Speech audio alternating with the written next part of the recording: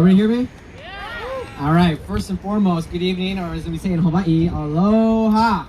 All right, I appreciate you guys showing up here tonight. I know this is an obscure place for some people to find. We had trouble getting here, but we all showed up, and that's what matters. I think that's the most important thing in life. Sometimes things are difficult, but as long as we show up, I think that's all that matters. So before we get started with this press conference, I wanted to read some words of wisdom that were etched on the Remembrance Garden right down the road over here that honors the 13 victims who lost their life during the bridge collapse, as well as the 171 survivors.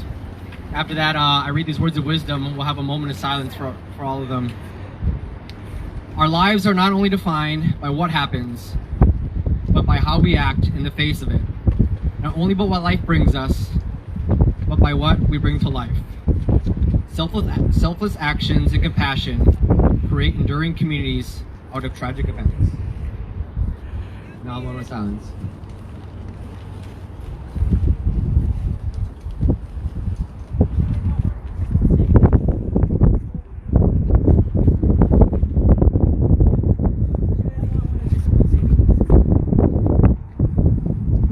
About noon this morning, with one of my friends, I dropped off my Medal of Commendation, as well as a certificate of commendation I received from former Governor Tim Pawlenty for my efforts as a volunteer Navy diver during the bridge recovery efforts on that fateful day. We of course weren't able to drop off the letter that I'll be reading here today, as well as the awards or any of that to the state Supreme Court, but we certainly want them to get the message. So this is where I employ you guys to find some sort of compassionate and creative way for the state Supreme Court to read this letter, and hopefully then they can take up this case. I gave the certificate to the governor, but Attorney General was also a fellow delegate for Bernie Sanders. I served for Bernie Sanders in 2016 as the national delegate, a floor whip for him at the DNC convention, as well as in 2020.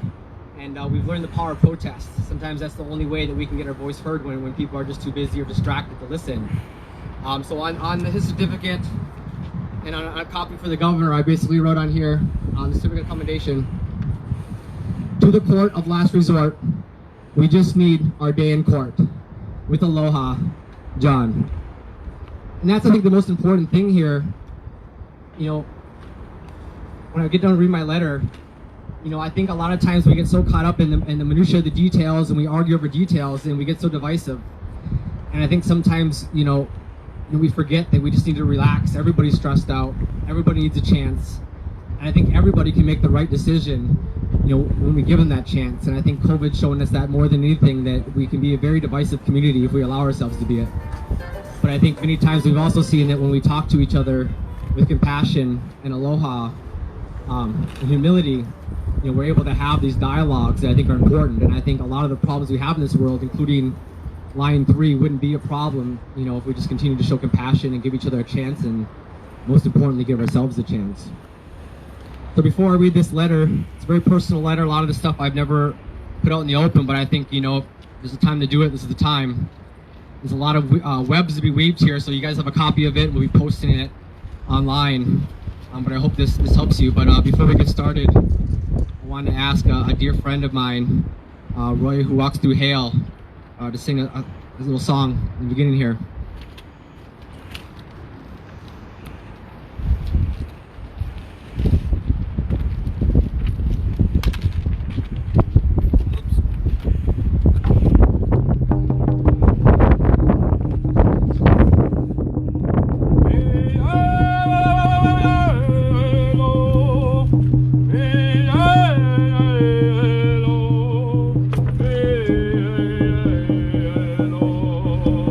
Oh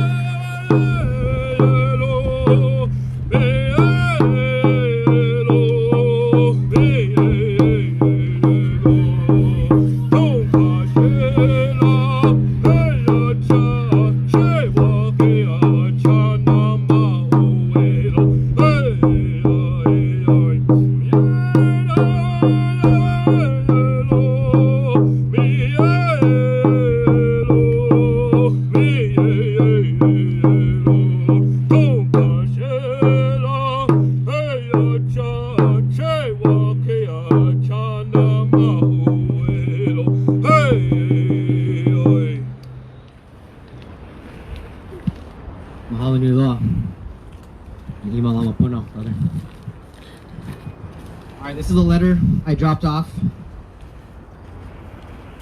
as I said, to Governor Tim Walz and Lieutenant Governor Peggy Flanagan, as well as Attorney General Keith Ellison. And like I said, if we can find a way to get this just so the Supreme Court can at least hear it, read it, we're going to post it online, post it on social media. You know, again, all we need is our day in court.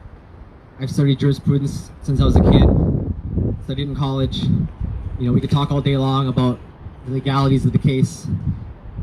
And I think none of that matters, because I think as soon as the Supreme Court picks up this case, it'll be immediately overturned.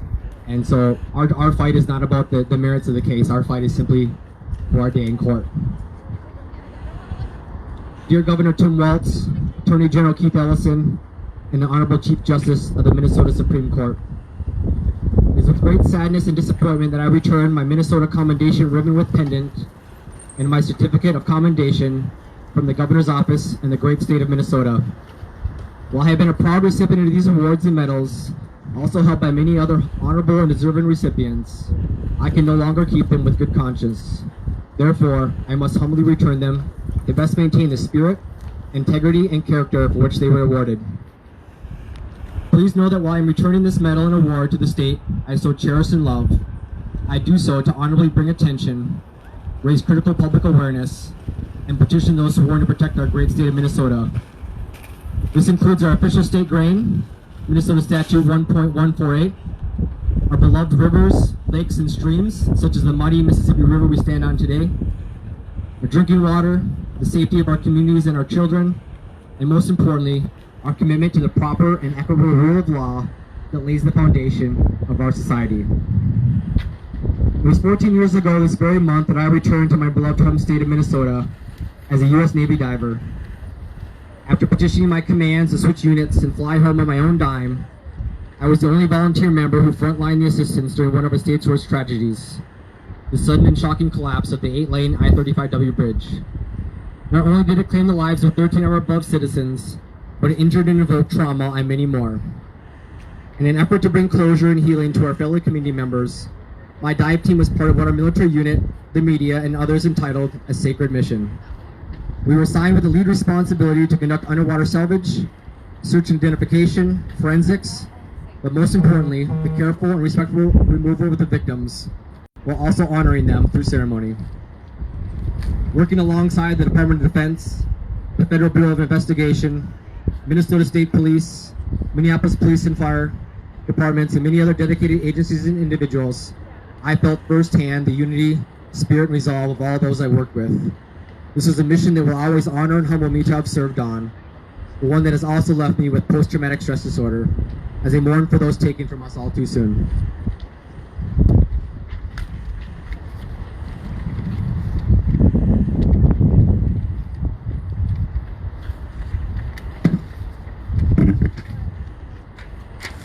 There are many unsung heroes that died on that bridge collapse whose stories have not been told.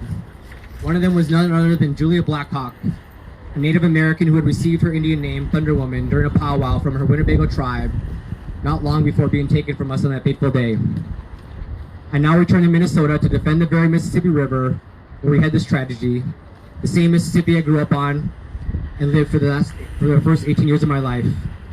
I turn to protect these precious outdoors I grew up hiking in, fishing on, hunting in, and falling in love with, that I believe most Minnesotans also cherish. I humbly plead for Governor Tim Walz to issue an executive order putting an immediate stay on the Enbridge Line 3 pipeline replacement project until the lawsuits challenging its approval play out in court. I have seen firsthand the utter destruction of Flint, Michigan. It was characterized as a categorical failure of public officials at all levels. We must learn from their mistakes, because if we do not heed their warnings, we will be bound to repeat them. I humbly ask you to do the right thing by protecting the interests, rights, and ultimate safety of those who elected you to do so. If you were to issue a 90-day stay on all construction activities, the Supreme Court of Minnesota has an opportunity to vote on taking up the case. Most importantly, this would give us all a chance to breathe and ensure we do not make a fatal mistake that we cannot take back, like those officials in Flint, Michigan, who will forever be vilified, and its citizens who still pay the consequences to this day. Most importantly, Your 90-day stay will give you a window of opportunity to take a stand to protect our most important asset we have, our children and our future generations. I humbly plead for Attorney General Keith Ellison, who we remember at the 2015 Tar Sands Resistance March, for understanding and talking about how the oil industry prioritizes profit over real human consequences. Take a public stand against Line 3 in support of Ojibwe treaty rights, as you did when you were a congressman.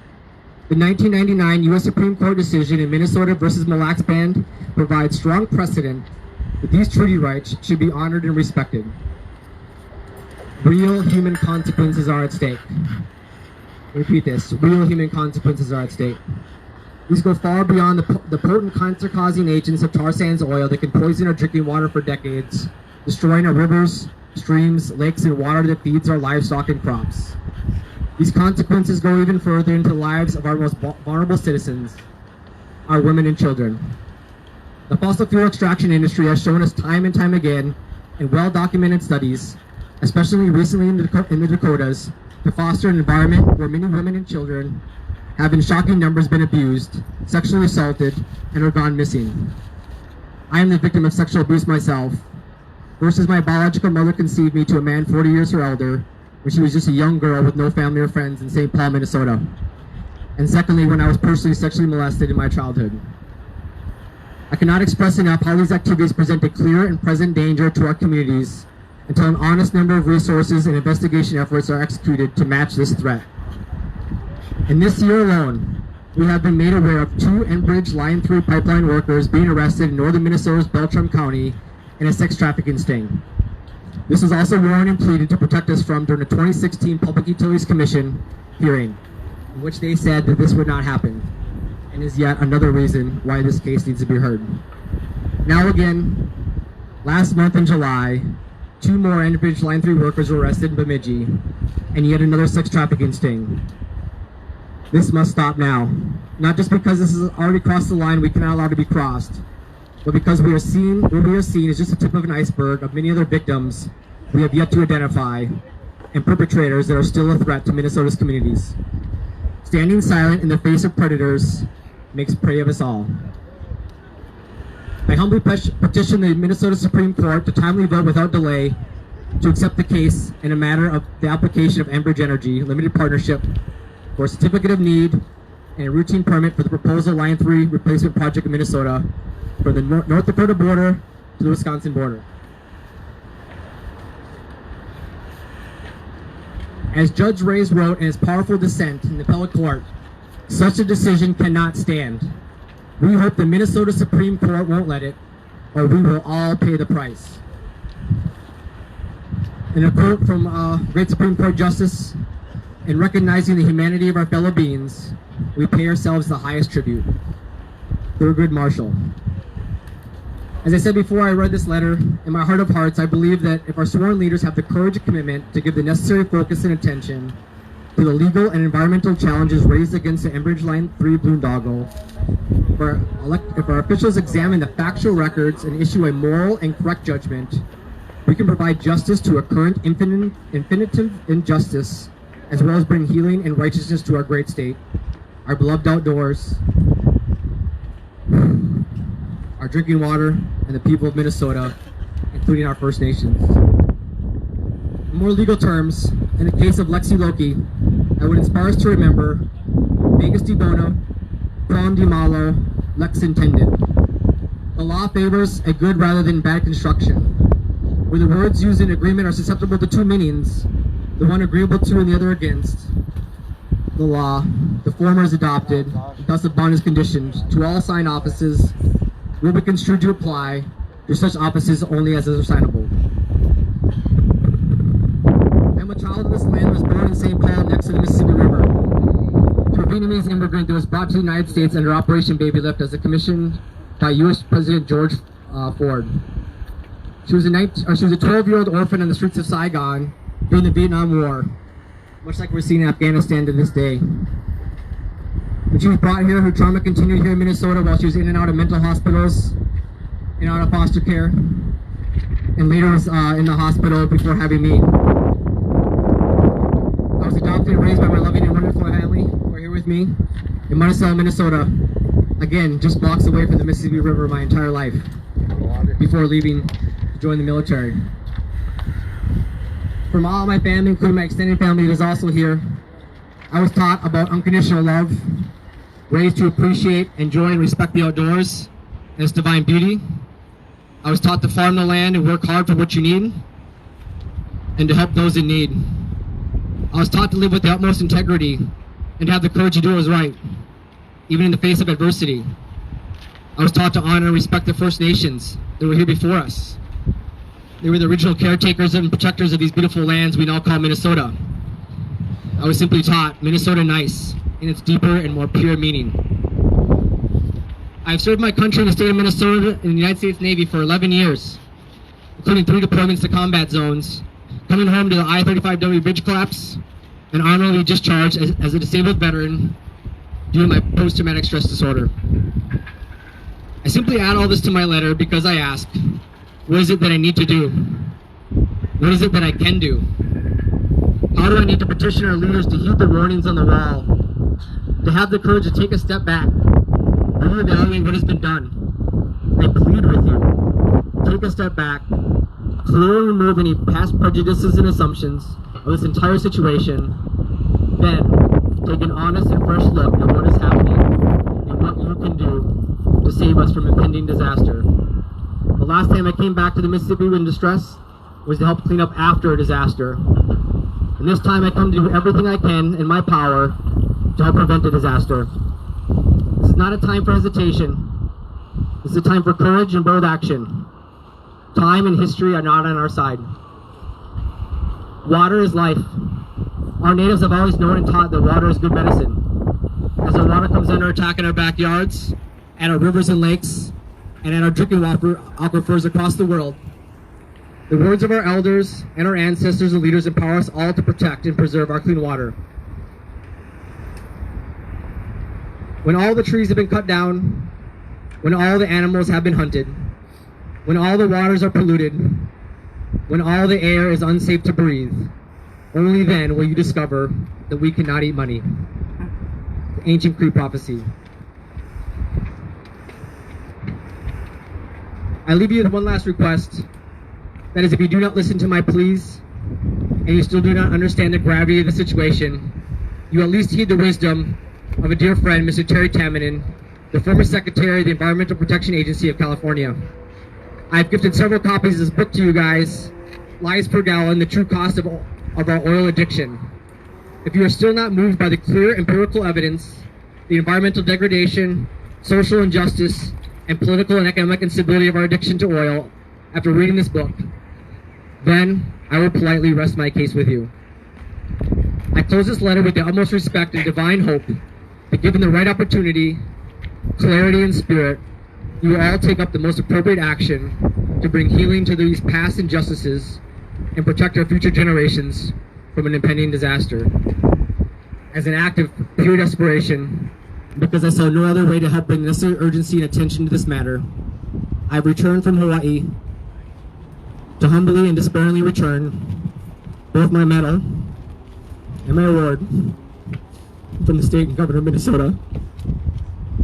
Very respectfully, John Miller, a child of this land, the state of Minnesota.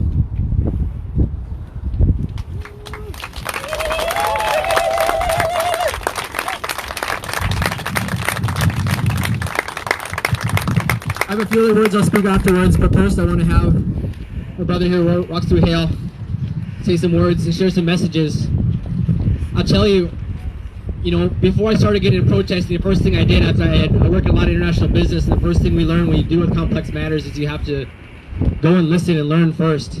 Whatever you hear in the news, whatever you hear from somebody else's mouth is secondhand information. You have to hear it from yourself. Only your heart will tell you what the truth is, and you need to hear it. And so I went to Flint, Michigan. I needed to hear. I didn't go to the protest. I didn't go to say what was right or what was wrong. I went there to listen. I wanted to listen to all the stories. I wanted to listen to the officials. And that's why I bring those messages and warnings here today, to hear those messages. And we have the Line 3 protesters. And I'll tell you, I've been in combat zones, I've been in stressful situations, and I've been around a lot of men and women in uniform who we look at as the most honorable people in our society.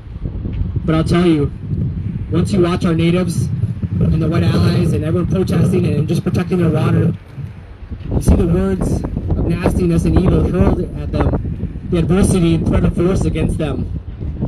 You know, our soldiers are overseas with weapons to defend themselves in attack. There are no weapons to defend these protesters, only their words, only their compassion and humility. And they stand there for you guys. And that's true courage. And that's true character. And honestly, if you don't have character, I don't know what you have in this life. And it's because of that character I saw across all the camps to defend the very Mississippi and our fresh waters that we all enjoy. I brought them here because you have to hear their stories. We have to share these stories. We have to get involved and get to the front lines. You do not have to protest. And later I'll provide some other information for ways that people can get involved, but they don't have to protest to still be involved and hear these stories. But if we don't listen, we will pay a price I don't believe we're capable of paying for. So here, without further ado, Roy, who walks through Hale.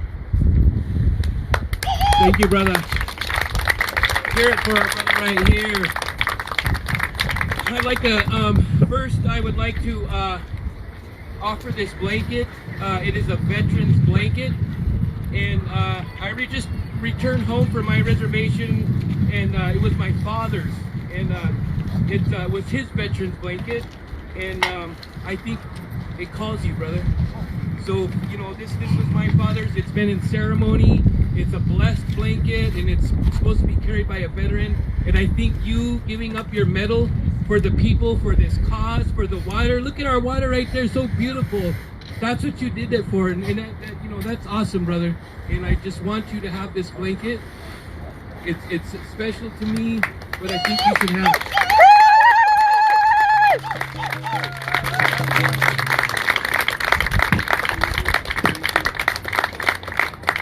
The honorable thing that you have done, you know, on behalf of the water, behalf of all the water protectors here. And you know, we've been out here for 8 months going hard, and we've been through a lot as a people, as a tribe. And it's beautiful that all of us can come together like this from all walks of life, all colors of skin, you know, to show the solidarity and what we can do together through the solidarity, through prayer. You know, we're the Red Lake Treaty Camp. We're a ceremony camp, but we also stand ground. We also stake ourselves to the land and fight for the people. We fight for the water. I mean, look, this is what we're doing it for, you know, and for future generations. And I just like to thank everyone to come out here and to show the support of our brother and what he's trying to do. And it's very important that we get the message out. This is not a losing battle. We can do this. They can shut this down just like they did at Standing Rock, you know. All that hard work, all that sacrifice was not for nothing. It's shut down, you know, so we can do that here with Line 3, you know, stop Line 3. We can do this, and you know, anyone can do anything for support. Reach out to the camps, reach out to our Indigenous women leaders. I think that's another awesome thing. Our women are taking their rightful place as leaders. You know, we are a matriarchal society, and it's awesome to see them women, you know, Tasha, Sasha, and Tara, and, you know, taking their place, you know, Winona, all them people, and I just like to thank all of you from the bottom of my heart. You give me a reason to fight, you know, give me a reason to be a warrior again, you know, to honor our people, honor our land, and protect the water and our mothers and Mother Earth. So, you know, thank you, brother, for inviting us, and I'm glad that we could come down and stand in support of you. And please, people, come out and check out the camp, stand with us. This fight is still going. It's not over. It's a long way. So it is important for us to stand together, you know, for the water. And this is a beautiful place to do this. And you know, thank you from the bottom of my heart for all your sacrifices, hard work, and your support. It means the world to us. You know, we've been out there, and sometimes it was just me and Sasha, just us, but it's okay, because that's what it's all about. Standing our ground, standing for the water, standing with each other. This is great. So thank you for what you've done, and you know, I'm glad I could gift you that blanket for all your hard work and giving up your medal. You know,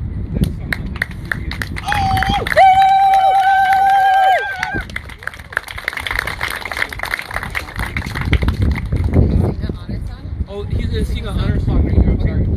So before Sasha speaks here, we're gonna have an honor song, and so we'll take a moment here and then observe the honor song, and then after that we'll go with Sasha.